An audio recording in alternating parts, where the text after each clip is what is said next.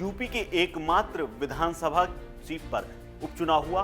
घोसी में हुए उपचुनाव में बहुत बड़ा कायापलट हो गया है, या यूं कहें कि बीजेपी में आए दारा सिंह हार चुके हैं। दरअसल घोसी विधानसभा सीट सरकार और समाजवादी पार्टी के लिए नाक का विषय थी, क्योंकि समाजवादी पार्टी का यहां विधायक था जो कि बीजेपी में आ चुका था और उसे बीजेपी ने टिकट दे दिया था। नाम था दारा सिंह। वहीं दूसरी तरफ पूर्व विधायक रह चुके सुधाकर सिंह को समाजवादी पार्टी ने लड़ाया था, लेकिन सुधाकर सिंह यहां जीत गए, यानी समाजवादी पार्टी ने अपनी सीट पर कब्जा बरकरार रखा और दारा सिंह, जो समाजवादी पार्टी छोड़कर विधायक होने के बावजूद बीजेपी में शामिल हुए थे, वो बुरी तरह परास्त हो गए।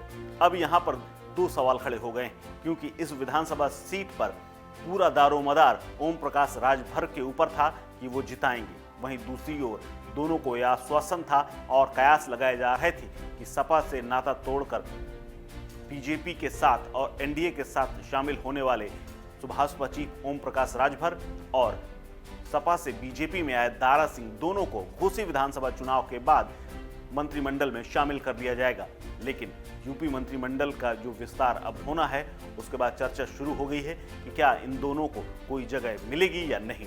दरअसल लोकसभा चुनाव से ठीक पहले सीएम योगी आदित्यनाथ के मंत्रिमंडल में काफी फेरबदल होने हैं और कयास लगाए जा रहे थे कि इस विस्तार में सपा से नाता तोड़कर दोनों नेता, जो कि एक एनडीए में शामिल हुए हैं और एक बीजेपी के, दोनों को घोसी चुनाव के बाद मंत्री बना दिया जाएगा। लेकिन अब कयास हैं कि अब क्या होगा।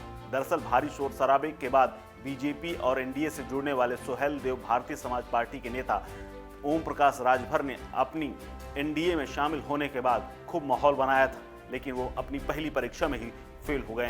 दरअसल वो जाकर दिल्ली में गए और उन्होंने अमित शाह से मुलाकात की थी और एनडीए में होने की घोषणा कर दी थी। हालांकि ये खेल, यानी मिलने जुलने का खेल, बहुत पुराना था और काफी दिनों से लगातार यूपी में चल रहा था।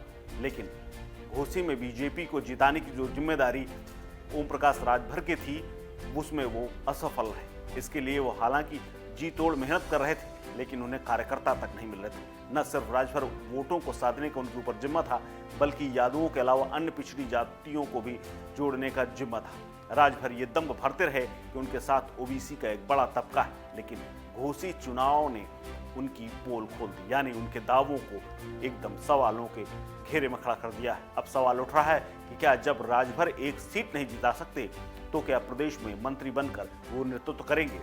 चर्चा तो ये भी है कि प्रदेश में उनका क्या असर है, इसका अंदाजा भी बीजेपी लगा रही है। उल्लेखनीय ये भी है कि 2022 के उपचुनाव में ओम प्रकाश राजभर के पुत्र भी चुनाव हार चुके हैं। ओम प्रकाश राजभर प्रदेश की राजधानी लखनऊ और देश की राजधानी दिल्ली में जिस तरह से बड़ी बड़ी बातें करते हैं, वो हकीकत में जमीन में कहीं नहीं दिखती।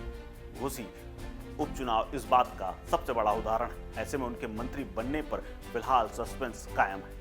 वहीं दूसरी तरफ अगर दारा सिंह की बात की जाए, तो दारा सिंह विधायक थे समाजवादी पार्टी से, लेकिन उन्होंने मंत्री बनने के लिए ठीक लोकसभा चुनाव से ठीक पहले उन्होंने न सिर्फ अमित शाह से मुलाकात की, बल्कि उन्होंने बीजेपी ज्वाइन की और लाव लश्कर के साथ वो बीजेपी पहुंच गए। उन्हें उम्मीद थी कि वो घोसी विधानसभा का उपचुनाव जीत जाएंगे और उसके बाद बीजेपी उन्हें मंत्री बना देगी, क्योंकि पूर्वांचल की कुछ सीटों पर उनका अच्छा खासा और उनकी जाति का अच्छा खासा असर है। माना जा रहा है कि वो ओबीसी और दलितों के साथ अपनी जाति के वोटरों को भी बीजेपी की तरफ ला सकते हैं, लेकिन वो खुद नहीं जीत सके। लगातार दल बदल करने के कारण उनकी एक अविश्वसनीय नेता की छवि बन गई है।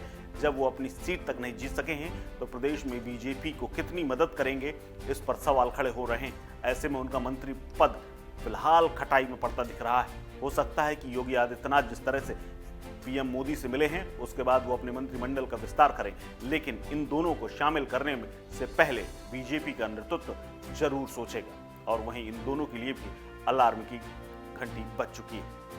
इस खबर में फिलहाल इतना ही। अपडेट्स के लिए बने रहिए वन इंडिया हिंदी के साथ। नमस्कार।